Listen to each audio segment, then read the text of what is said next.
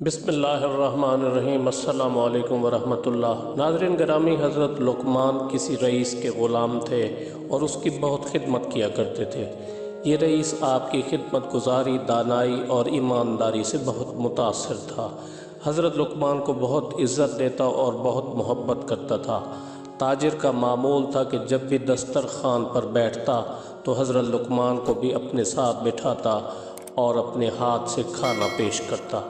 एक दिन रईस ने कहीं से खरबूजा मंगवाया और अपने हाथ से एक काश काट कर हज़रत को पेश की। हज़रत ने वो काश खाई तो रईस ने पूछा कि कैसा है। हज़रत ने जवाब दिया कि अल्हम्दुलिल्लाह, बहुत अच्छा है। आपकी दी हुई चीज़ फीकी कैसे हो सकती है। रईस बहुत खुश हुआ और एक काश और काट कर आपकी खिदमत में पेश की। आपने वो भी तनावल फरमा ली। इसी तरह रईस काशे काटता रहा और आपको पेश करता रहा और आप खाते रहे और तारीफ़ करते रहे। जब आखिरी काश बची तो रईस के दिल में ख़्याल आया कि इतना मीठा खरबूजा मुझे भी चखना चाहिए। जैसे ही उसने काश मुंह में रखी फ़ौरन थूक दी। खरबूजा तो इंतहाई कड़वा था। रईस बड़ा हैरान हुआ और उसने हज़रत लुक़मान से पूछा कि हैरत है, आप इतने कड़वे खरबूजे को मीठा कहकर खाते रहे, क्या वजह थी कि तुमने मुझे बताया नहीं।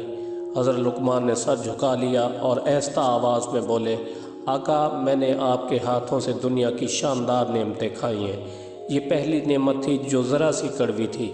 मेरी गैरत ने गवारा नहीं किया कि एक ऐसे शख्स से शिकायत करूं जिसने हमेशा मुझे पहले खिलाया और बहुत अच्छा खिलाया।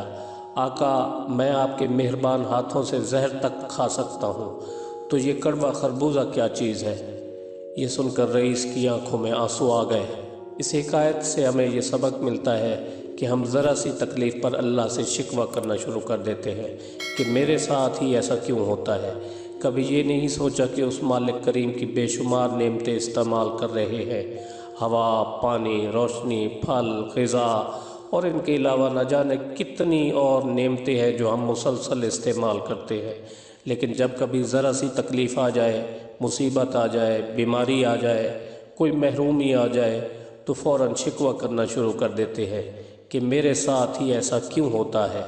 हालांकि इन तकलीफ़ों और मुसीबतों में से अक्सर हमारे अपने हाथों की कमाई होती है। बहरहाल गैरत का तकाजा तो यही है ना कि जिस मालिक की इतनी नेमतें इस्तेमाल करते हैं उसकी तरफ से आने वाली थोड़ी सी मुसीबत में भी नाशुक्री मत करें और हर हाल में अल्लाह का शुक्र अदा करें।